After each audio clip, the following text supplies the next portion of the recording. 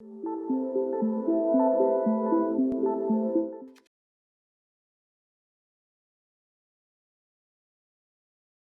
boa noite a todos. É um prazer recebê-los aqui nesse webinar.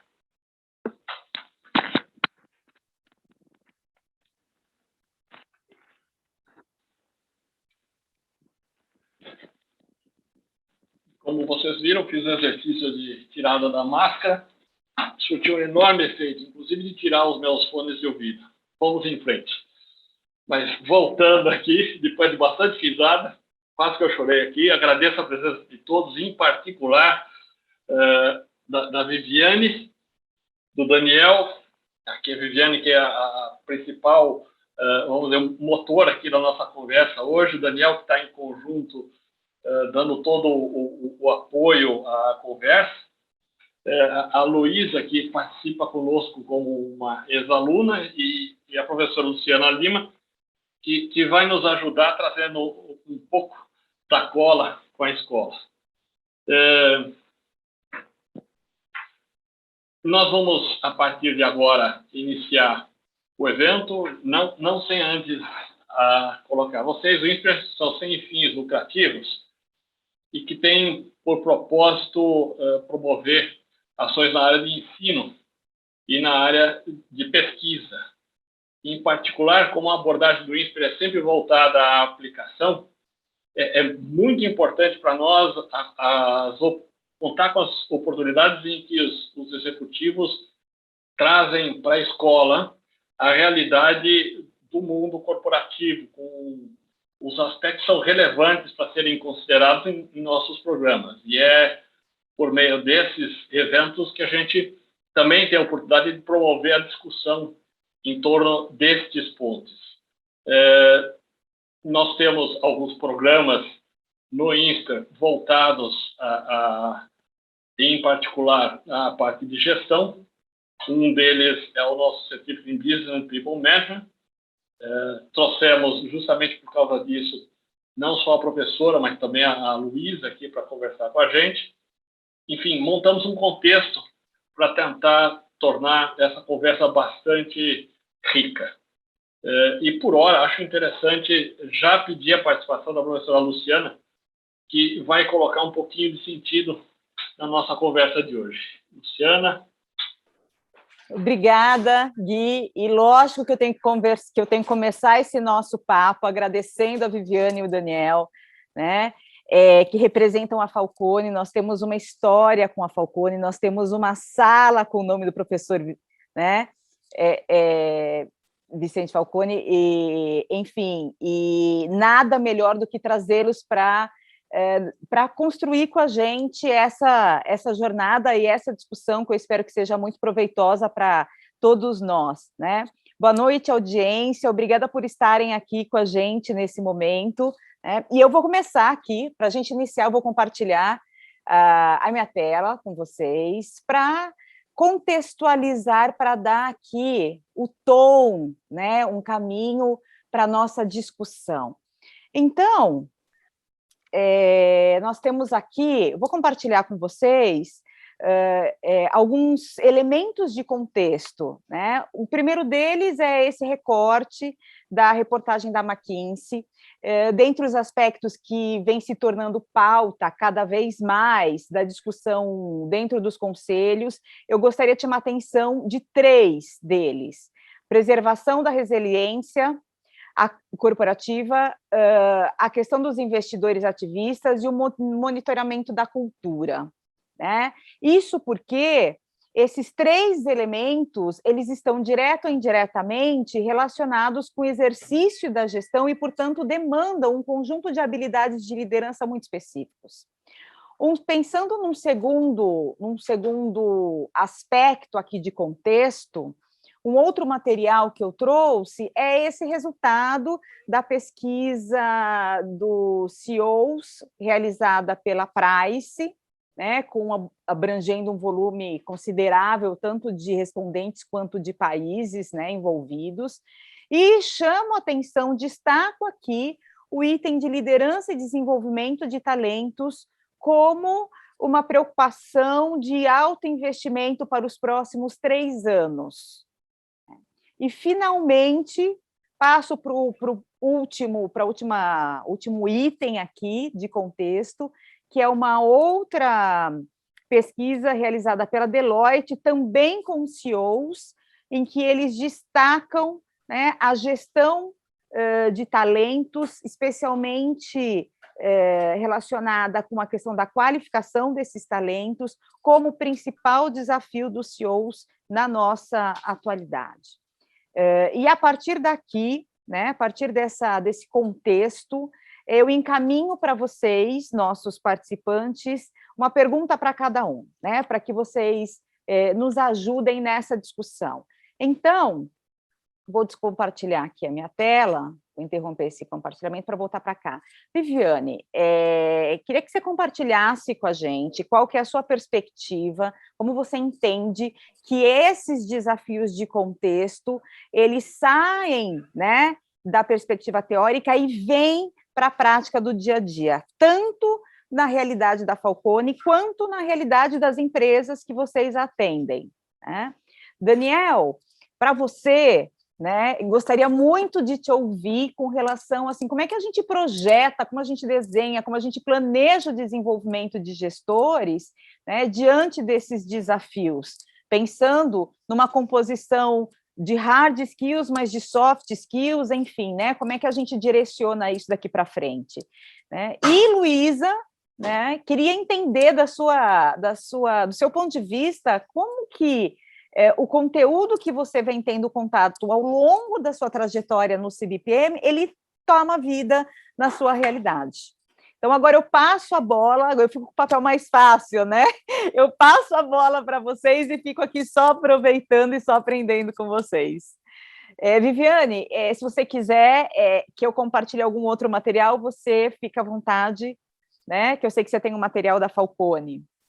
Obrigada, Luciana. Na verdade, eu acabei deixando aqui um pouco mais livre, mas primeiro queria agradecer muito o convite, né, dizer que é um grande prazer estar aqui com vocês. O INSPER, de fato, nós temos uma relação muito especial com o INSPER e uma admiração pelo trabalho que o INSPER faz, que é marcante na educação brasileira, e a gente acredita muito que a educação é o que transforma, né? Então, primeiro, agradecer muito o convite, boa noite para todos vocês, para quem está nos assistindo também. E eu queria mais falar um pouquinho dessa experiência, Luciana, que você provocou aqui com um bom pontapé inicial, né, sobre o papel desse gestor, desse líder atual, e é uma posição que eu também exerço, então eu posso falar um pouquinho aqui do que a gente observa tanto nos nossos clientes, nas empresas que a gente atende, quanto aqui dentro de casa, né. Eu acho que, assim, você trouxe uma agenda que é bem um resumo do que está acontecendo hoje, Luciana, e que se a gente comparar, e eu estou na consultoria há 21 anos, né, eu estou na Falcone há 21 anos, e eu tenho a oportunidade de fazer um pouco dessa comparação, o antes e depois, para mim, eu acho que ele é claro, por eu ter vivenciado com muitos clientes, com muitas empresas diferentes, as agendas estratégicas. E quando você traz essa provocação inicial aí do contexto, dá para ver muito claramente como essa agenda é diferente de muitos anos atrás. Ela é uma agenda muito mais sistêmica, né, quando a gente fala que não são apenas os resultados econômico-financeiros que são importantes, né, isso não basta mais, isso está muito claro e espelhado em diversos instrumentos, inclusive, e depois eu posso comentar um pouquinho sobre isso. A gente sabe que essa agenda, além de mais sistêmica, de abranger muito mais pilares, porque isso hoje caminha para o ESG. Por que eu falo caminha? A gente não está lá ainda, né? Isso não é a realidade de todas as empresas brasileiras, mas a gente está num movimento, a gente está em direção a realmente... Primeiro, eu acho que já existe uma sensibilização, mas existe um caminhar para a implementação pragmática, né, e concreta. Essa é uma agenda presente, sim, para os CEOs, para os líderes, né, para os gestores atuais. Isso não tem como tirar da pauta, porque isso diz respeito ao nosso longo prazo, isso diz respeito à sustentabilidade, né, ao desenvolvimento e à perenização dos negócios.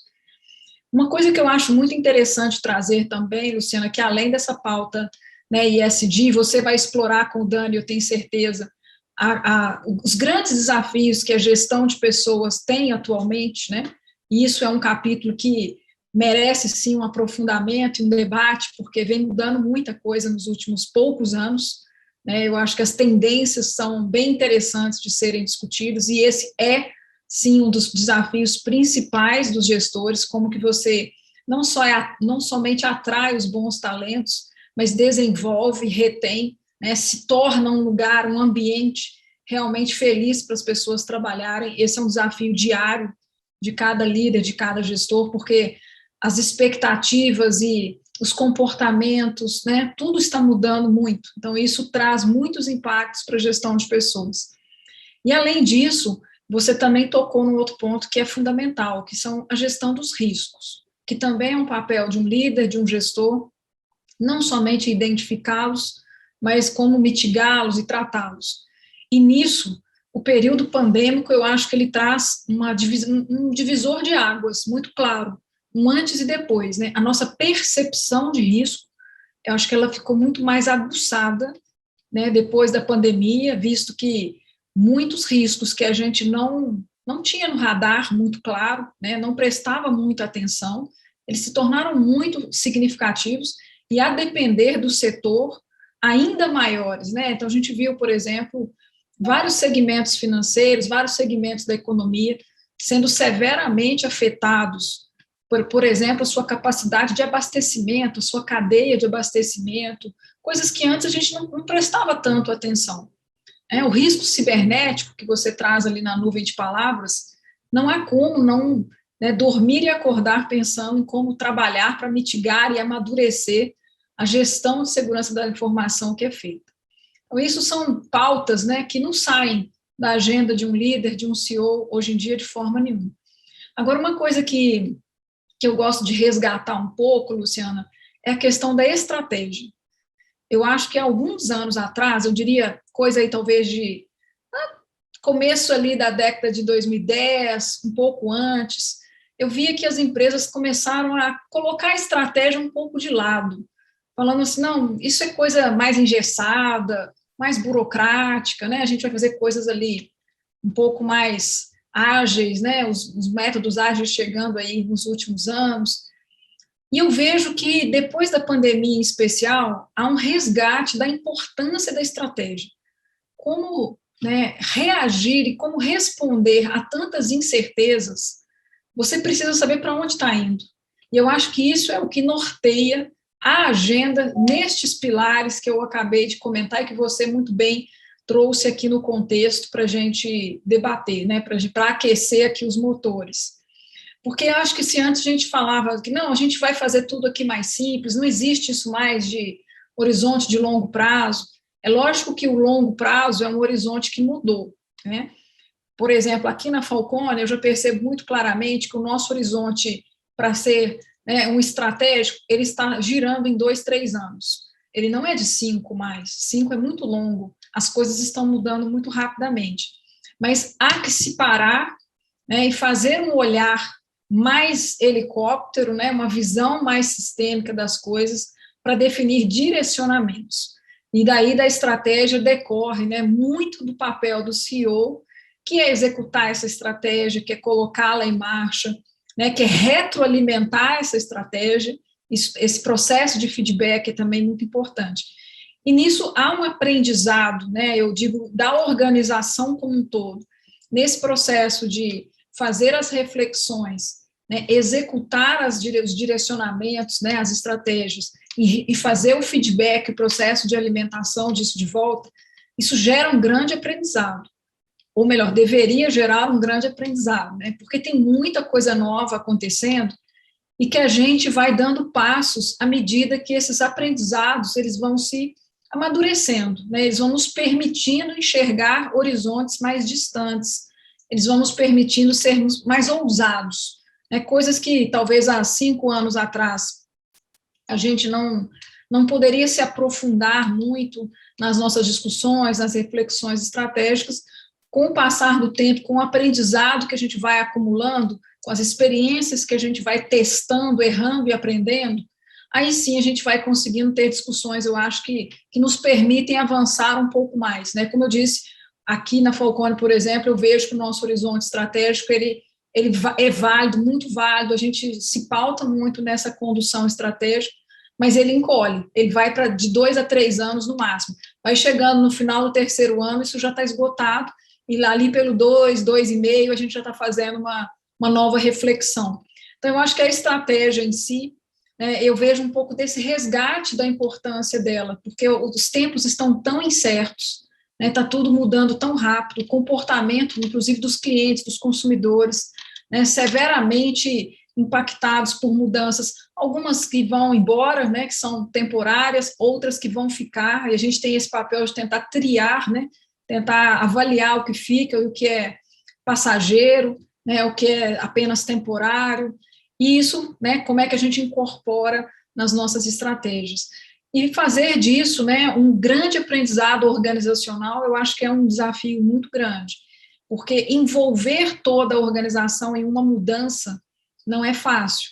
Eu tenho aqui na Falcone, assim, eu diria um privilégio, de observar duas situações diferentes. Uma delas, a gente tem criado novos negócios. Alguns são nato digitais. E você criar um negócio nato digital te permite ganhar uma certa velocidade, aceleração, enfim, você vai com aquilo num ritmo. Mas quando você fala da transformação do seu core, né, da nave-mãe, como eu brinco aqui, isso tem um outro tipo de desafio, porque aí você tem que embarcar uma mudança cultural pesada, né, porque você precisa que a cultura, né, fomente tudo isso, porque a estratégia sem a cultura não vai a lugar nenhum, a gente já sabe disso muito, de uma forma muito, né, na prática, no dia a dia, você precisa transformar essa cultura, evoluir essa cultura, para que ela suporte e sustente esse movimento. Você precisa, né, que as pessoas mudem seus modelos mentais para que o seu modelo de negócio vá se transformando. E é uma transformação que vai muito além do digital, né? Porque a gente usa transformação digital. Eu acho que não é transformação digital, é transformação, ponto. Né? E dentro dela tem a transformação cultural, a transformação digital, tecnológica, a transformação do seu modelo de negócio.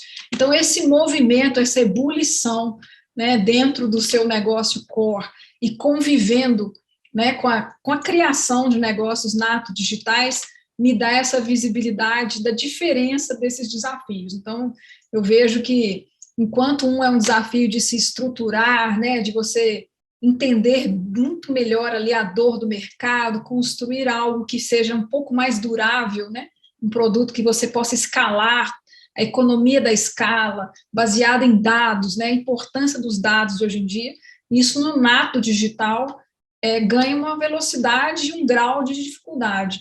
Isso na nave-mãe já é um pouco diferente. Então, eu queria trazer um pouquinho só daqui dessas reflexões para a gente dar o pontapé aqui com a turma.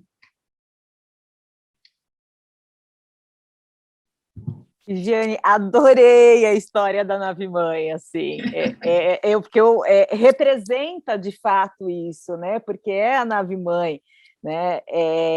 E você trouxe a questão da conexão entre cultura e estratégia, e de fato, né?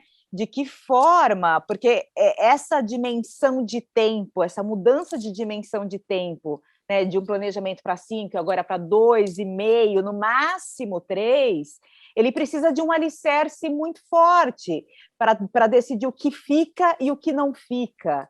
E esse alicerce vem dos valores, né, do que a gente chama aí de cultura organizacional. Né? Super obrigada. E aí, Daniel, agora a régua está alta, né, Daniel? Vocês me arrumaram um problema, né? Tudo bom? Boa noite, gente. Primeiro, obrigado pelo convite. Muito feliz de estar de volta no INSPER. Além da admiração, eu sou ex-aluno, então é um super prazer estar de volta nesse meio, mesmo que virtualmente. Mas, assim, tentando elaborar em cima do que a Viviane estava falando, a gente está falando de desenvolvimento, soft, hard skills e essas coisas. Acho que a primeira coisa é que tem o cenário é tão complicado, né? Assim, o número de habilidades que a gente quer desenvolver e o número de coisas que todo mundo fala o tempo todo, assim, é de um espectro tão amplo que você tem que voltar na história da cultura e na história da estratégia para você começar a escolher o que você vai fazer e o que você não vai fazer. Eu acho que afunilar a discussão, mesmo que ela não afunile para tão pouca coisa, é importante. Então, assim, o que a minha cultura prega? Porque cultura é uma coisa muito etérea, né? Na verdade, cultura é o que as pessoas praticam no dia a dia, como você desenvolve as pessoas para praticarem. Então, acho que você começa daí, né? Depois que você faz isso, eu acho que as decisões de negócio vão impactar muito na formação das pessoas. A forma como o negócio se organiza, a forma como as pessoas debatem, a forma como a agenda corre, a forma como você se relaciona com a sociedade, com os clientes, etc. Então, isso são coisas que hoje a gente, como pensando com o olhar de desenvolvimento de pessoas, a gente tem que olhar mais atentamente, porque as oportunidades de aprendizado estão aí também, né? Aprendizado não é mais uma coisa que você simplesmente cria uma caixinha e fala assim, agora eu vou te ensinar alguma coisa. Não. O aprendizado é a forma como você interage com o ambiente e a forma como você estrutura para que as pessoas interajam.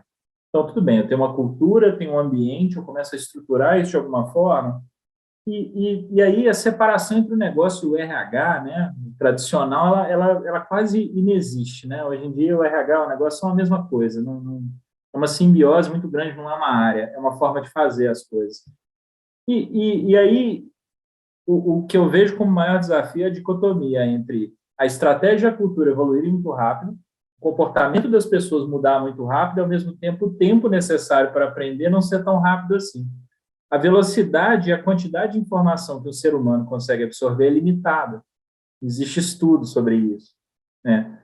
Então, na verdade, o que você precisa é criar um ambiente de aprendizado para que essa capacidade de absorver informação seja maximizada. As pessoas elas vão ter que o tempo inteiro saber que estão aprendendo e o tempo inteiro saber como absorver aquilo que elas estão aprendendo. E aí, assim, a gente entra em alguns dilemas aqui. A gente fala muito que os millennials eles trocam muito de emprego e etc. e tal, então não dá tempo de desenvolver, a gente perde a cultura, a gente perde conhecimento. Tem uma pesquisa americana que foi feita há uns 2 anos atrás que mostra que os millennials trocam menos de emprego do que as gerações anteriores. Em média, essas pessoas têm menos emprego ou intenção de terem menos trabalhos ao longo da vida. Ou seja, você tem a oportunidade de ter mais tempo de ensinar. O único ponto é o seguinte, o que encanta essas pessoas são coisas que culturas mais modernas estão trazendo. Então, não necessariamente as organizações tradicionais estão adaptadas o suficiente para encantar essa geração e reter essas pessoas com elas. Então, o grande desafio do aprendizado para mim está em você encantar as pessoas, manter elas dentro do seu negócio e aí sim criar as condições para que a sua cultura e aí os soft skills, as capacidades, as competências se desenvolvam, né? Então, e aí assim, o ambiente, quando eu falo de ambiente de aprendizado, eu estou falando do aprendizado formal, mas eu estou falando de outras coisas também. A forma como você faz reunião, a forma como você lida com o erro, o quão diverso é seu time, pela diversidade de experiências que você tem, a diversidade de origens, a diversidade de perspectivas, gera mais aprendizado e gera mais debate, gera mais interação. Os comportamentos se alteram nesses ambientes mais diversos, para melhor, né? Então, assim, como que você articula todas essas coisas que vão ser os fatores-chave para que você, de fato, desenvolva soft e hard skills? E aí eu acho que o último alerta é o seguinte, né? Isso começa desde o dia que você recruta alguém. Porque, tradicionalmente, a gente recruta as pessoas olhando os hard skills. Ah, essa pessoa estudou o quê? Tem experiência no que lá e etc. Só que o que promove, o que gera sucesso, o que gera resiliência, entrega a longo prazo são soft skills. Então, o primeiro processo tem que ser adaptado e essa cadeia tem que ser ajustada inteira para que isso seja verdade, sabe? Então, filosofei um pouquinho aqui, mas o resumo que eu quero dizer é crie um ambiente de aprendizado, alinhado com a sua cultura e alinhado com a sua estratégia.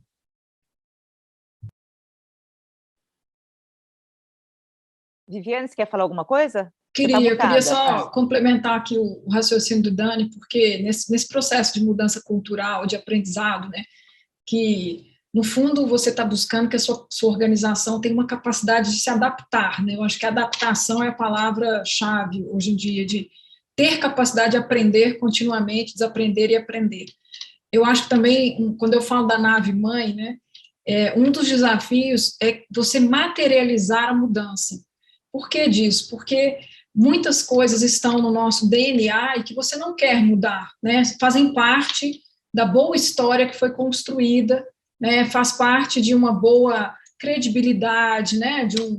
De toda uma trajetória, às vezes, de sucesso. Agora, tem coisas que você tem que mudar. E você conseguir que as pessoas façam essa distinção e não caiam na tentação de achar que ou tudo é ruim ou que tudo já está pronto, né?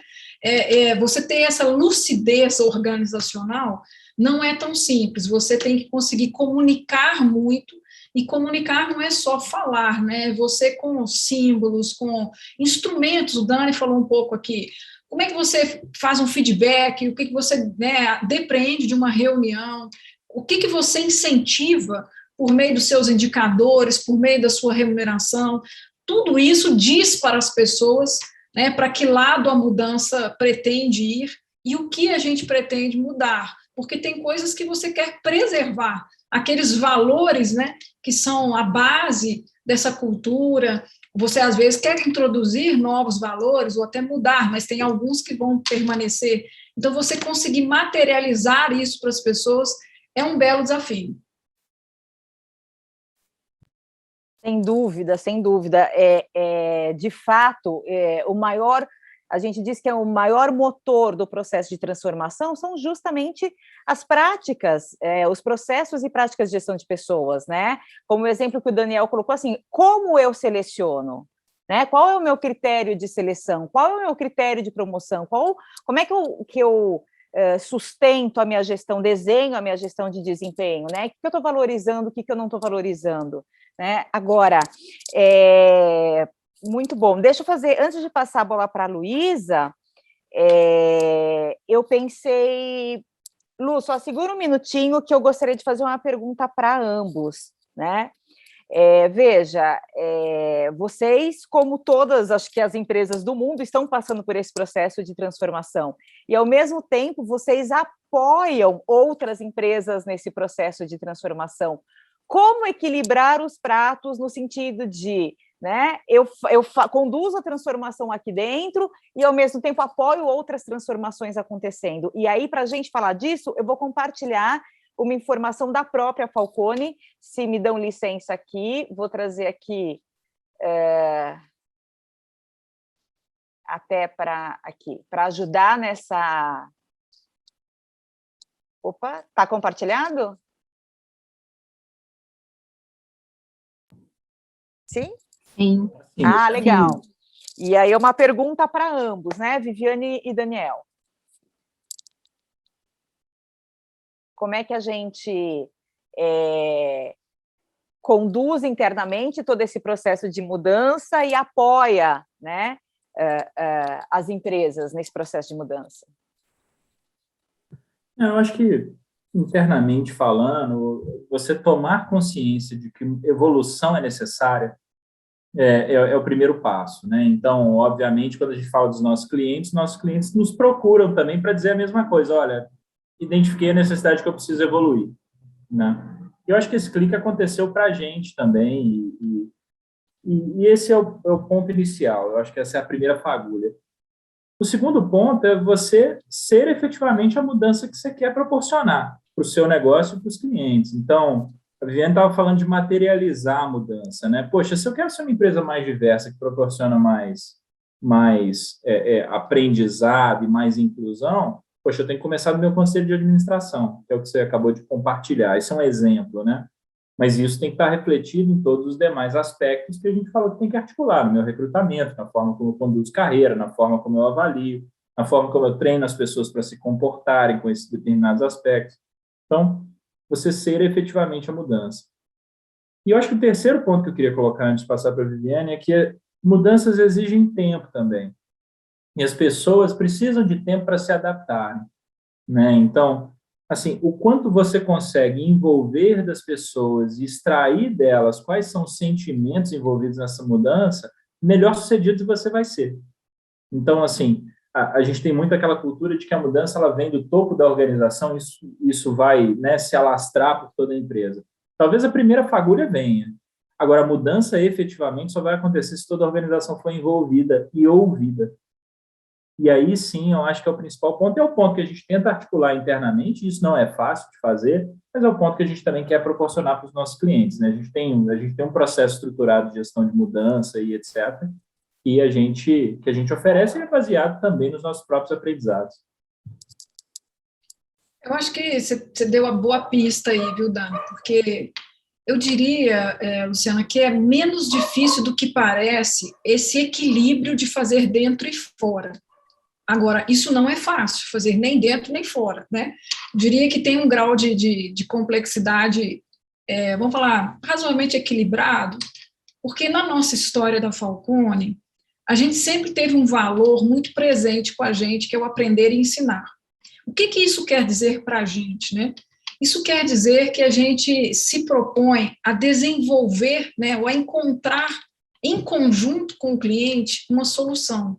A gente nunca teve essa pretensão, né, de ter as soluções assim prontas simplesmente para tirar da prateleira como uma receita de bolo. Sempre foi um trabalho mais eu chamo de alfaiataria, né? Um trabalho em que a gente era muito customizado, a 4 mãos com os clientes, para a gente enfrentar problemas juntos, né?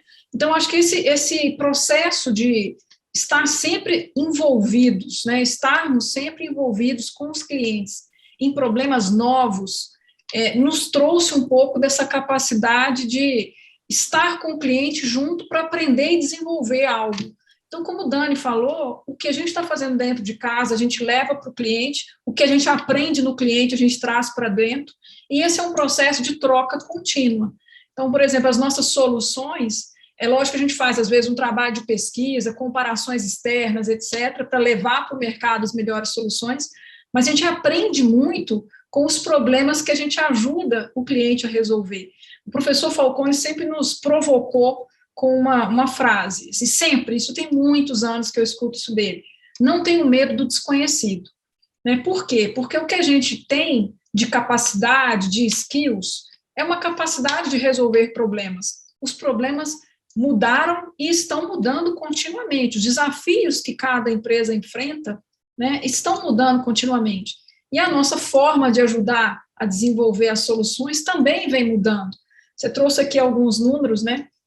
Um pouquinho da nossa foto aí da Falcone. Nesses 21 anos que eu estou aqui, eu assisti algumas mudanças, assim, que só para materializar um pouco o exemplo, né?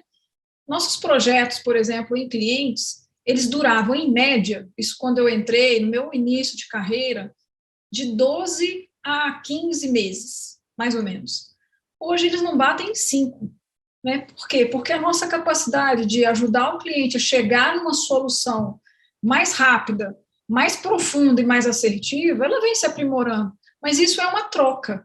A gente vai aprendendo com o cliente e o cliente com a gente. Isso é um processo de simbiose, mas sempre enfrentando problemas novos, né? Enfrentando o desconhecido. E a transformação é um pouco disso, de enfrentar um pouco o desconhecido, de enfrentar a incerteza.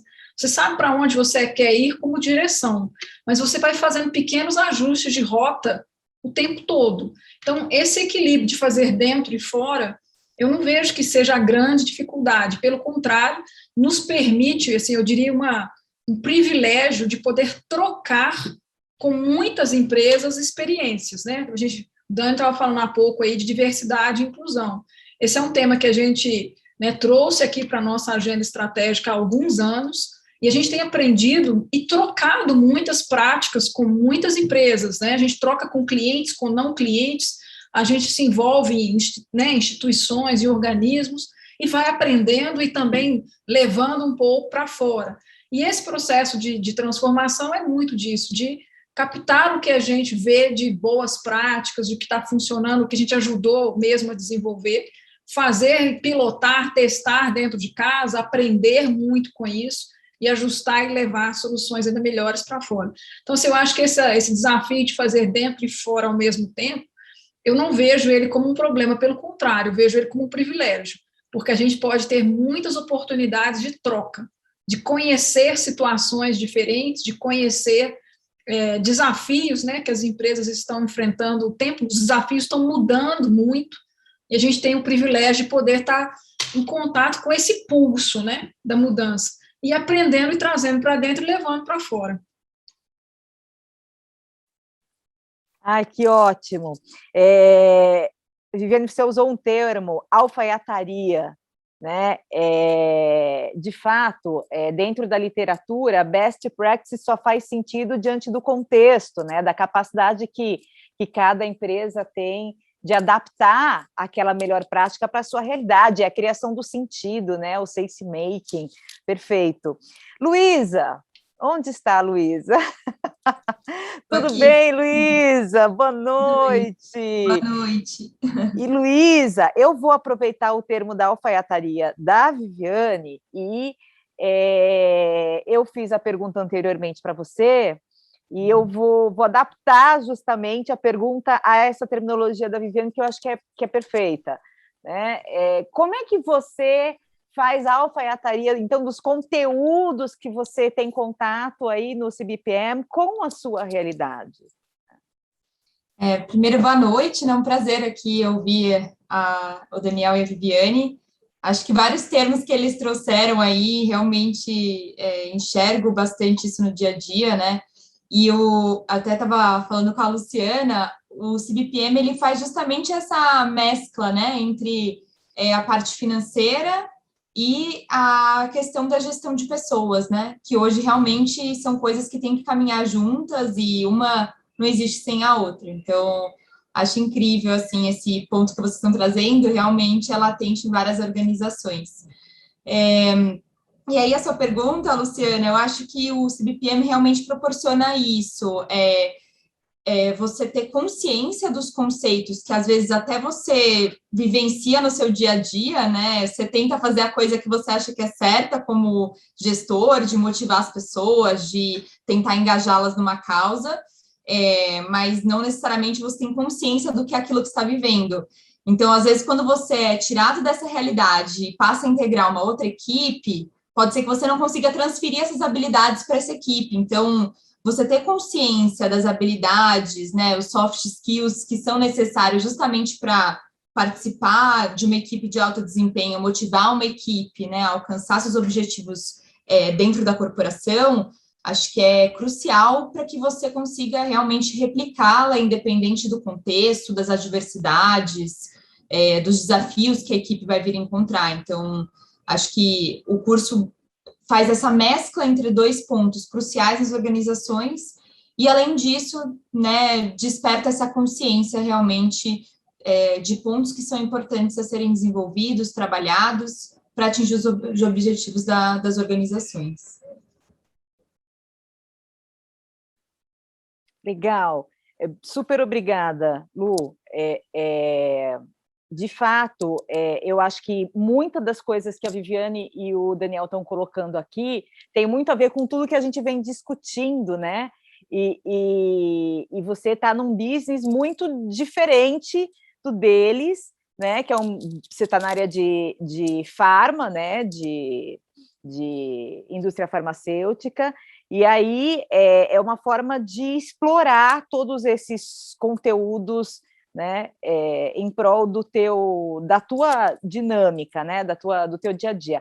Agora, me diz uma coisa, Luísa, como é que você enxerga o impacto disso, desse tipo de discussão, desse tipo de conteúdo, no desenho da sua carreira?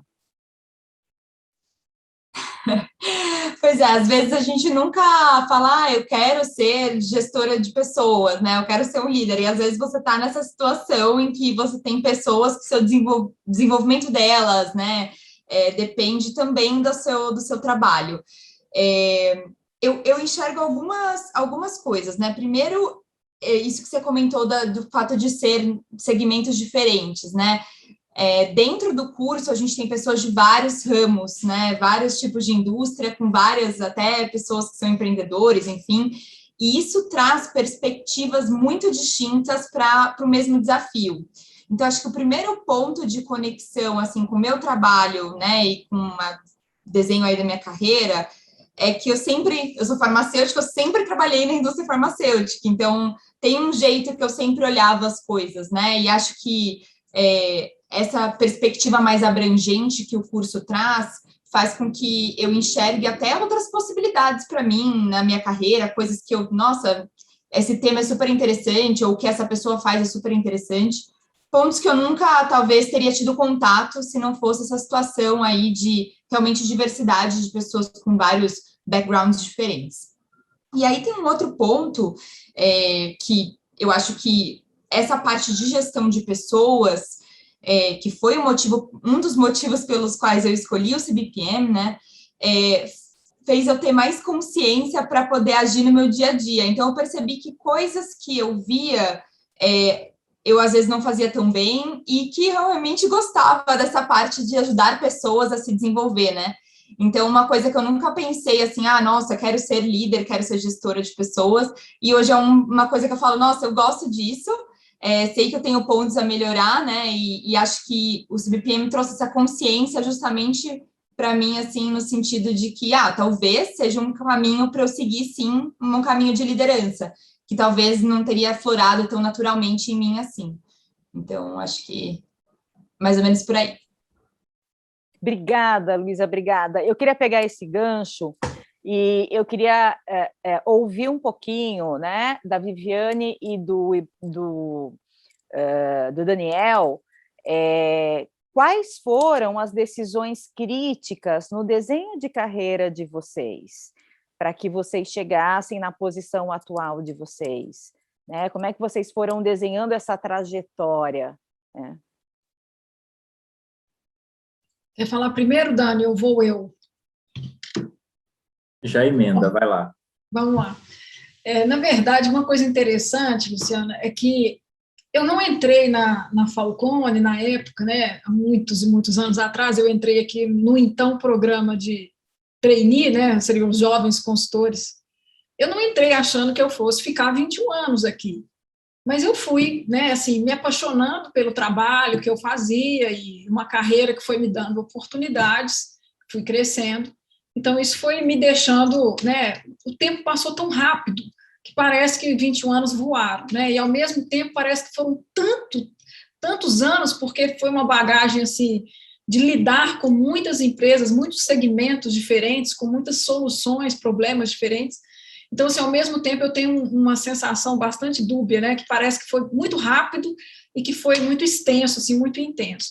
Mas eu acho que foi uma carreira que, assim, ela é uma carreira de consultoria clássica, porque ela começa como uma parte mais analítica, ela avança para liderar pessoas, liderar equipes, né, e esse é um grande desafio, é um aprendizado diário para todos nós, e depois ela vai para a parte comercial, né, e aí, no caso de consultorias, é muito comum que avance até o que a gente chama da partnership, que é o nosso caso aqui.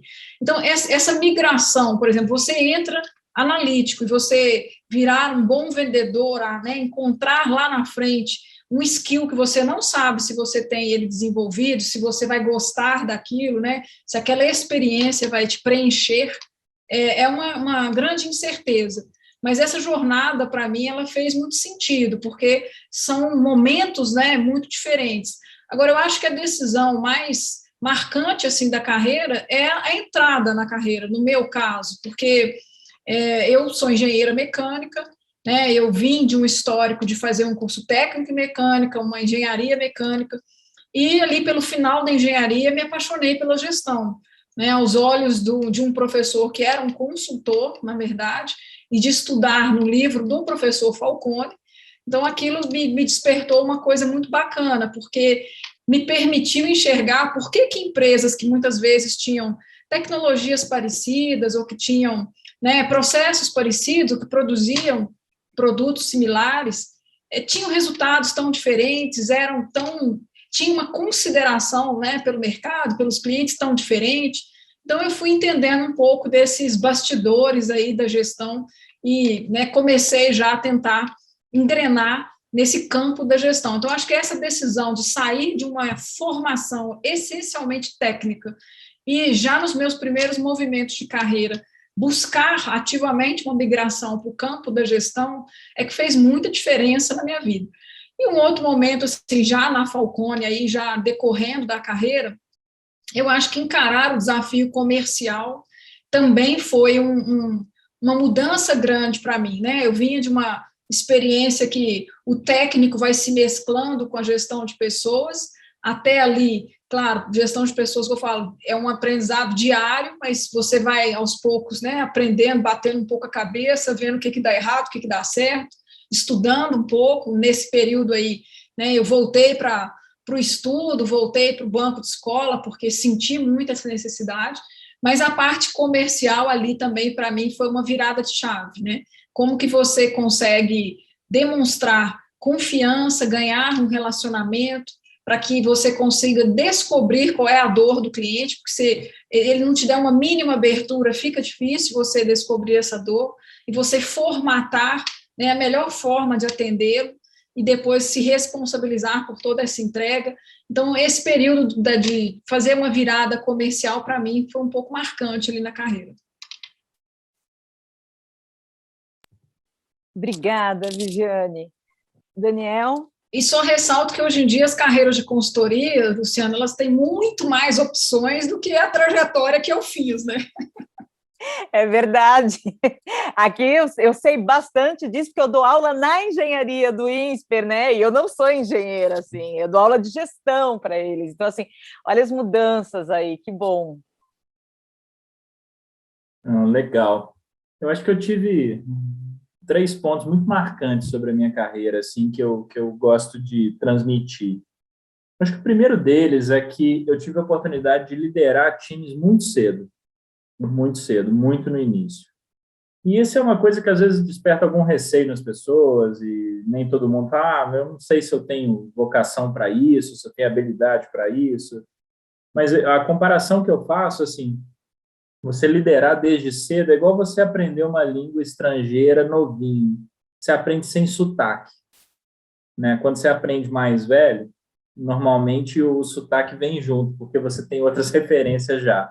Então, esse negócio da liderança me ajudou demais, desde cedo. E eu tive essa oportunidade, assim, eu acho que desde a faculdade, enfim, esporte, um monte de coisa. E isso foi uma coisa natural na carreira depois. Então, essa é uma dica. A segunda dica é que eu fui muito verdadeiro comigo nos momentos em que talvez minha carreira estivesse tomando um rumo que não me faria feliz. Que não me faria feliz. Eu estava enveredando para um lado muito financeiro das coisas, pela minha formação, enfim, meu primeiro trabalho foi em banco, então eu tinha isso como muito claro. Meu segundo emprego, o que eu fiz? Fui para a área financeira. Eu comecei a ver que aquilo ali não era para mim, né? Não me deixava feliz. E talvez eu tenha dado 2 passos atrás para depois dar 10 passos para frente, mas eu fui verdadeiro comigo e disse, eu vou fazer uma coisa que eu gosto de fazer. E sem muito idealismo envolvido, mas simplesmente porque você consegue ser melhor naquilo que você gosta, né? Que você sente mais propósito. Hoje em dia, a gente diria assim. Na época, eu acho que eu não falei sobre propósito, mas se eu fosse traduzir para hoje, seria. E eu acho que a terceira coisa é ter muito bons mentores. A gente não consegue construir carreira sozinho, né? Então, assim, quando a gente fala de carreira, seja ela qual for, seja dentro de uma empresa, seja empreendendo, boas mentorias sempre vão te fazer chegar mais longe. Sempre vão te ajudar. Você vai ter que saber ouvir também. Você ouve muita coisa muito inconveniente, às vezes, que você não está com o ouvido preparado. Mas isso faz muito bem. E eu acho que eu tive a sorte de ter excelentes mentores ao longo de toda a minha história e faço questão de ainda ter, porque eu sei que faz muita diferença. Eu diria que essas 3 coisas. Nossa, eu gostei demais da sua analogia do sotaque, né? Assim, muito bom.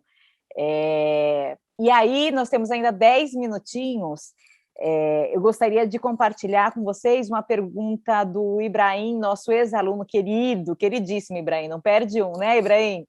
E ele pergunta, que é uma pergunta que tem muito a ver com o que a gente está falando dos desafios futuros, do papel da Falcone na dor dos clientes, no papel da Falcone como um motor de transformação social, de motor de transformação educacional, de formação de pessoas, enfim. O Ibrahim pergunta assim, como abordar com a liderança a necessidade de diversidade e como transformar em um líder inclusivo. Isso tem a ver com a fala da Viviane quando ela fala de ESG, né, no começo, que assim, a gente está buscando, a gente ainda tem um longo caminho a percorrer, e como é que a gente lida com essas barreiras, principalmente quando a gente sabe que diversidade envolve questões muito profundas da perspectiva, inclusive, individual, né? Luciana, muito legal a pergunta do Ibrahim, porque, de fato, esse é um gap, né, social que a gente tem muito forte, é um gap mundial e brasileiro ainda mais larga, né, a distância de todos os aspectos de diversidade e inclusão que a gente puder olhar. Então, se você fala de gênero, se você fala de raça, se você fala de orientação sexual, de formação, qualquer que seja, né, o ângulo da diversidade, a nossa lacuna é muito grande. Eu diria para o Ibrahim um pouco da experiência que eu passei aqui, né? Primeiro, insistência, porque eu acho que é um pouco mais do que persistência, porque, assim, se a gente acredita mesmo que isso é mais do que importante para o resultado da empresa, e você pode buscar muitas pesquisas mundiais que têm comprovado a contribuição, né, da diversidade e inclusão para os resultados da inovação, da capacidade de gerar, né, os melhores resultados. Além disso, é uma função social, né? Eu acho que cada organização, ela tem uma função social a ser cumprida. Então, assim, é melhor para o resultado, é melhor porque você cumpre, né, mais plenamente a sua função social como organização.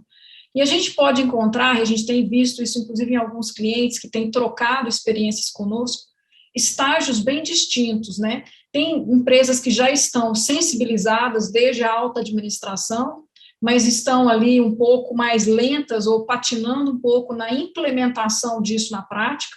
Algumas já assumiram, né, compromissos de longo prazo, né, de métricas bastante pragmáticas, mas ainda estão começando a estruturar suas ações, e outras já estão mais avançadas. Agora, o que eu vejo que tem funcionado assim, para a gente conseguir caminhar é o envolvimento de todo o time. Nós criamos aqui os grupos de afinidade. Esses grupos de afinidade, eles são compostos por voluntários. A gente tem hoje cerca de 1/3 da organização participando desse voluntariado em foco da diversidade e inclusão. E isso a gente tem feito também agora um esforço para que, de maneira transversal, isso vá permeando as iniciativas que a gente tem.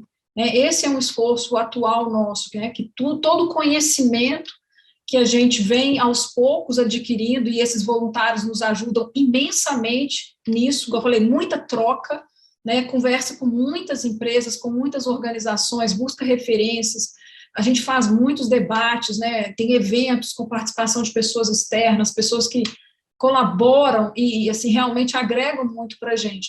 E isso vai, então, né, num movimento de baixo para cima, com uma liderança sensibilizada, vai aos poucos ajudando a organização a se mover na direção que a gente quer. É um desafio grande, muito grande, mas a gente tem que ter muita insistência em cima dele, porque, como eu falei, além da contribuição para o resultado, é uma função social, né? A gente acredita muito nisso.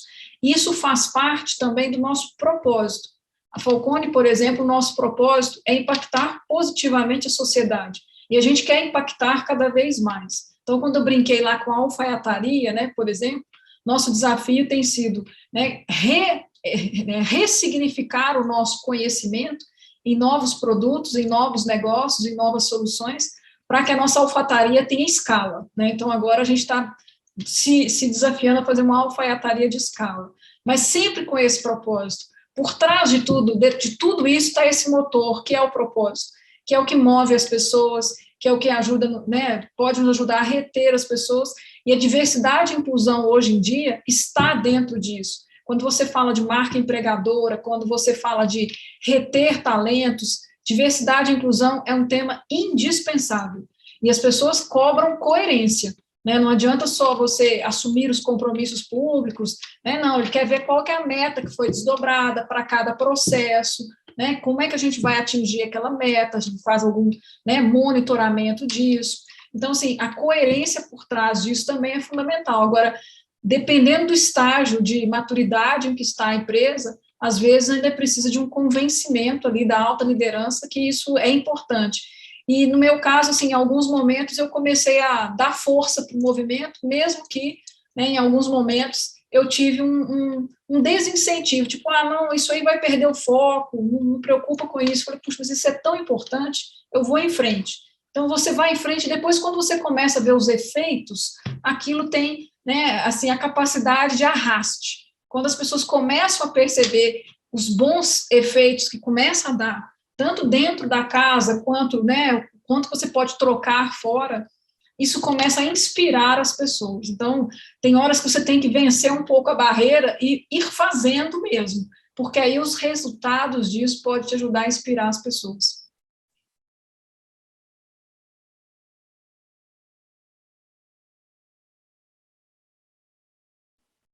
Daniel, você quer complementar? Eu acho que tem um ponto que assim, é sempre um desafio, que é a questão de como abordar o mérito, né? Assim, a gente tem uma questão matemática na sociedade que é muito evidente, que é a representatividade de cada um desses grupos na nossa sociedade mesmo. É só você fazer conta. Ao mesmo tempo, quando a gente olha para as organizações, a gente simplesmente não enxerga essa mesma matemática, né? E mesmo assim, por uma cultura organizacional que foi construída, pela forma como as organizações foram concebidas e tudo chegou onde chegou, a gente ainda tem um conceito de mérito muito deturpado. E quando a gente começa a exercitar para que mais pessoas tenham oportunidade, que mais pessoas sejam representadas nos mais diversos níveis da organização, aquelas pessoas que eventualmente foram beneficiadas, mesmo que inconscientemente, não por culpa delas, por um modelo de meritocracia deturpado, resistem. Porque nós fomos educados a tratar o mérito como hoje a gente enxerga nas organizações. Então, assim, para você promover efetivamente a mudança, o assunto mérito precisa ser abordado com muita profundidade. Primeiro, com empatia por aqueles que não entendem. Segundo, com alguma firmeza por aqueles que resistem. E eu acho que construindo muita paciência para aquelas pessoas que querem ver oportunidades, querem ter oportunidades iguais, porque você também não forma líderes da noite para o dia. E não necessariamente todas as pessoas foram preparadas como os homens brancos, etc., foram. E você precisa trabalhar isso com elas, e o efeito não é imediato, né? Então, assim, é uma combinação de paciência, firmeza e convencimento, assim, educação. Mas o assunto mérito fatalmente entra na discussão e ele é muito delicado de ser abordado.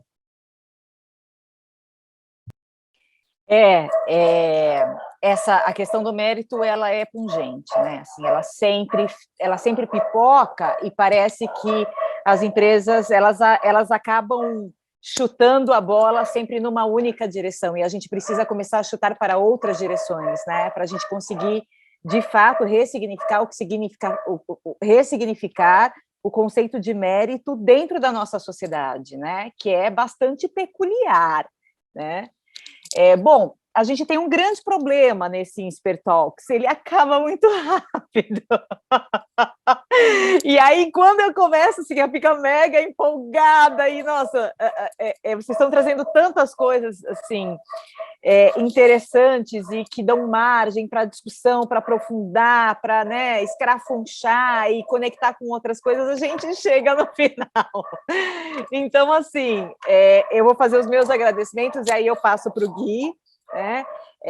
Viviane, é a primeira vez que eu tenho contato com você aqui, numa conversa mais longa. Agradeço imensamente, gostei muito das suas colocações, né? Gostaria muito de ter a oportunidade de levá-la para conversar com o pessoal de engenharia da graduação, porque nós precisamos falar sobre diversidade na graduação da engenharia, né? Daniel, não pense que você vai escapar, porque eu também gostaria muito de tê-lo, não na engenharia, mas na minha turma de CBPM. Eu acho que esta sua fala de mérito pode vir muito bem a calhar dentro, né, de um momento de discussão de gestão de desempenho e reconhecimento e recompensa. Então, assim, eu deixo aqui os meus agradecimentos, meus profundos agradecimentos por vocês generosamente estarem com a gente aqui hoje, e já deixo os convites encaminhados, né? E Luísa, minha querida, né, parceira de CBPM 17, muitíssimo obrigada pela sua participação, por compartilhar esse momento com a gente, tá bom? Gui, você está aí? Eu estou aqui, sim, e agradeço também como você fez primeiro lugar, a Viviane, que eu em particular, adoro quando ouço o ponto de vista da consultoria, que tem a cara no mercado e consegue enxergar a diversidade das organizações. E ainda mais quando a própria CEO, que mostra como é que o ferreiro usa os instrumentos que ela pregou lá fora para dentro de casa. Isso é fantástico. Muito obrigado, Viviane. Obrigado, Daniel, por traduzir isso também do ponto de vista da parte de pessoas com um foco um pouco maior. Agradeço imensamente a Luísa para contextualizar dentro do que acontece aqui nos nossos programas e, em particular, a Luciana por ter reunido essa equipe fantástica. Obrigado também a todos aqueles que estão conosco aqui hoje e espero que a apresentação tenha sido interessante a todos. Gui, Luciana, Luísa, muito obrigada. Foi um grande prazer poder compartilhar ideias, né? Eu acho que essa troca é tão rica, e principalmente vocês que têm aí um pé na educação, né? Um pé na formação dos nossos gestores. Eu acho que é uma missão muito nobre, né? Parabéns pela missão que vocês todos vêm cumprindo. E espero sim, viu, Luciana, que mais engenheiras, mais, né, gente de todas as formações diversas estejam, sim, né, se interessando pela gestão, se interessando em mudar e transformar, não somente as suas organizações, mas transformar nossa sociedade, né? Porque a gente tem uma bela missão aí pela frente, um belo desafio. Muito obrigada. Obrigada, foi um prazer também conhecê-los e participar desse momento. Legal, gente. Muito obrigado. Espero ter podido contribuir. Contem comigo para futuras oportunidades. Vai ser sempre um prazer, porque não só a gente divide algumas coisas, mas a gente ouve muitas coisas muito boas de vocês, e essa troca sempre tem muito valor. A gente espelha muita coisa para dentro de casa também, podem acreditar.